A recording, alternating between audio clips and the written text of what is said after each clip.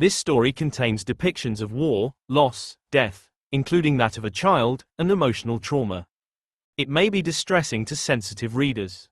Discretion is advised. Safiya rocked her baby gently, her voice rising and falling in soft melody as she recited verses of Surah Ar-Rahman. The child's tiny fingers curled against her chest, warm, soft, and delicate, as if clinging to the comfort of her mother's presence. A tear welled in the corner of her eye, trembling for a moment before slipping free. Then another, following silently behind it. The curtains hung thick over the window, swaying slightly as a cold draft crept into the dimly lit room. Outside, the land of olives was silent. Hasan entered quietly, cradling a bottle of milk. The weariness in his posture softened as he saw his wife and child. He sat down beside her, his movements careful, reverent. Taking the baby into his arms, he brought the bottle to its lips. But then, he noticed the tear tracks glistening on Safiya's cheeks. The way her breath caught, fragile, hesitant, as if afraid to breathe. With a sigh, he pulled her close. His warmth pressed against her trembling frame. Firm, yet steady. "I'm so scared, Hasan," she whispered, her voice filled with uncertainty and fear. "Allah will make everything okay. Then why fear?" His voice was a balm, soothing, even if it couldn't erase the shadows in her eyes. She lowered her gaze to their daughter, brushing a finger over the baby's soft cheek. "I don't know what will happen to her." Her voice cracked, unraveling into quiet sobs. Hasan tightened his embrace. He understood her fears, her pain. He always understood. "Everything will be all right, you'll see." He kissed Jannat's forehead with tenderness. "She'll grow up, inshallah. She'll be just like you, a doctor. We'll see her wedding day, Safiya. And then, we'll become grandparents. Just imagine." Safiya's lips trembled into a smile, fleeting, yet genuine. She nodded. She wanted to believe every word Hasan said. Yet, deep down, fear lingered. "Hasan, am I a good wife?" she asked suddenly. Her voice was barely audible, as if afraid of the answer. "You're not just good, you are the best wife. And, am I a good husband?" He met her gaze, searching. "Yes, the best husband in this world." Hasan smiled at her words, his dimples deepening, like the imprint of a love that had weathered time and storm. He exhaled, reflective. "Safiya, do you know how much I thank Allah for you? It's never enough. Not nearly enough. From the moment I saw you after our marriage, I fell in love with you. And since then, every single day, I keep falling in love with you in new ways."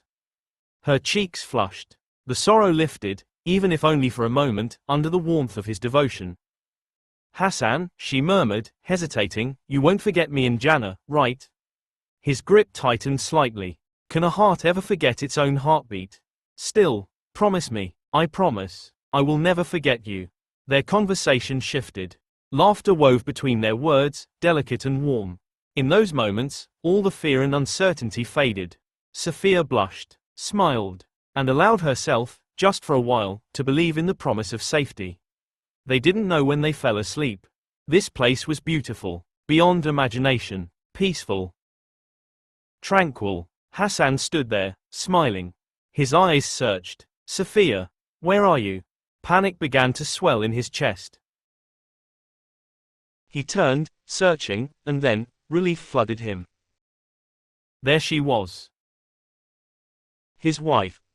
His Qur'anic line, standing beneath a tree, dressed in green, her face glowing. "Safiya," he called, walking toward her. "See, I kept my promise." Safiya smiled. "Where's Jannat?" "There," she said, pointing. Before Hasan could see her, he woke. Safiya was beside him. Jannat rested on his arm. It had been a dream, a very beautiful dream. The images faded, but the feeling lingered. He remembered, they needed food. Carefully shifting, he tried not to wake them. But Safiya stirred. Hasan kissed both his wife and child. "I'll go out to get food. They're distributing some." Safiya nodded. As he was leaving, she suddenly called out, "Hasan, I will be waiting for you." Hasan glanced back and smiled. Safiya watched him leave, his figure swallowed by the fragile remains of their war-torn city. The walls trembled with distant echoes of destruction, but she clung to his words. His warmth. His love. Most importantly, hope and tawakkul. Hours passed. Hasan, exhausted, clutched 2 loaves of bread to his chest like sacred treasure. Relief filled him as he neared home. Then, the sky split apart. An explosion. The world turned upside down. Earth and sky exchanged places in an instant. The bread remained in his grasp, fingers clenched around it as if his body hadn't yet accepted that survival had become irrelevant. But his leg was gone. A sharp, metallic taste coated his tongue, dirt, blood. He spat weakly, but the taste remained, lodging itself in the back of his throat like a cruel reminder. And then, the sounds reached him. Not words, not voices, cries, screams. The kind that came from deep within the chest, raw, primal, torn from throats that could barely muster the breath to scream anymore. Around him, the ground was littered with pieces of people. A severed hand curled into itself, as if still clinging to life. A torso, detached from its owner, lay in the dirt like discarded debris. The air stank of burnt flesh, dust, something bitter and acrid that settled in his lungs. Still, none of that mattered. Pain pulsed through him, but his mind was locked onto only one thought. Safiya, Jannat. He dragged himself forward, pain so sharp it blurred his vision. His fingers clawed at the ruins of their home, blood staining the rubble as he whispered, Ya Allah. Ya Allah. And then, he saw it. A hand. Her hand. His breath caught in his throat. He forced himself forward, trembling. Buried beneath the rubble, their bodies intertwined. Safiya's arms locked around their daughter in a final embrace. Dust frosted their lashes. Janet's tiny fist still clutched a scrap of Safiya's scarf. Their faces were untouched by fear. Safiya's lips were parted slightly, as if she'd been whispering a verse when the sky fell.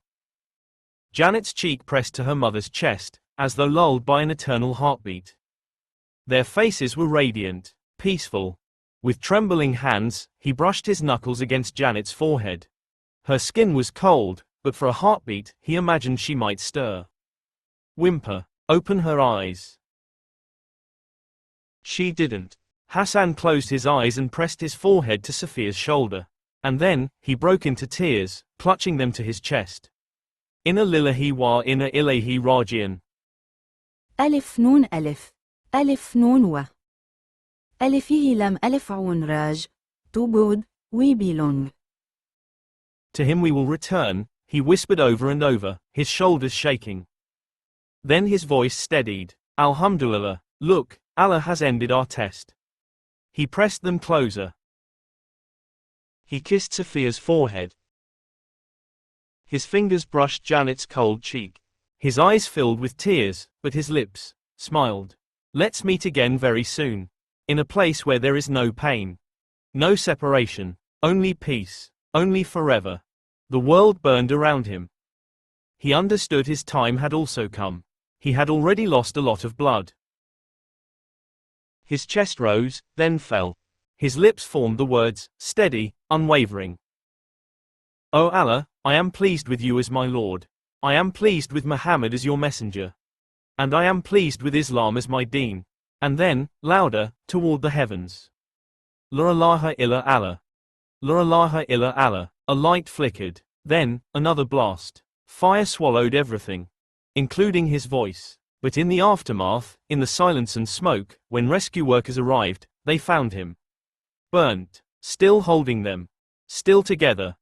A journalist snapped a photo of a beautiful family who had met a tragic end. The photo went viral. People cried. But they were wrong. This wasn't the end. It was the beginning. They had won. And never think of those who have been killed in the cause of Allah as dead.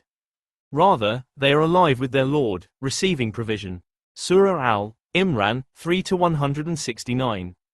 Not the end, but the beginning of forever. Author's note. I cried immensely while writing this story. Some stories don't need many words.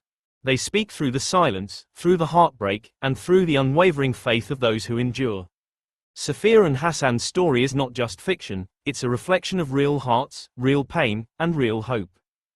In a world torn by war and sorrow, their love stands as a reminder that victory isn't always loud.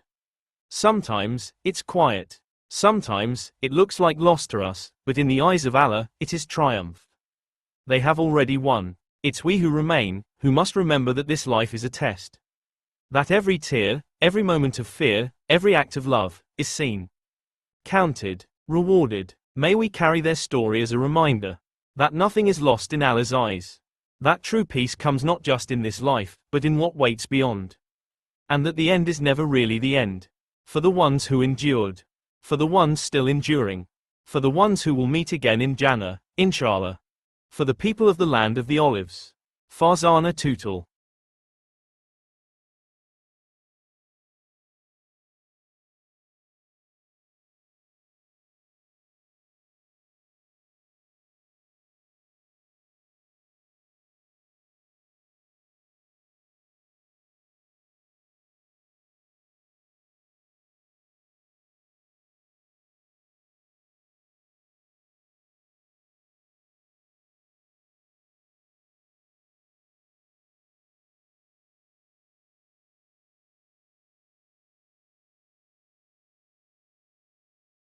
Farzana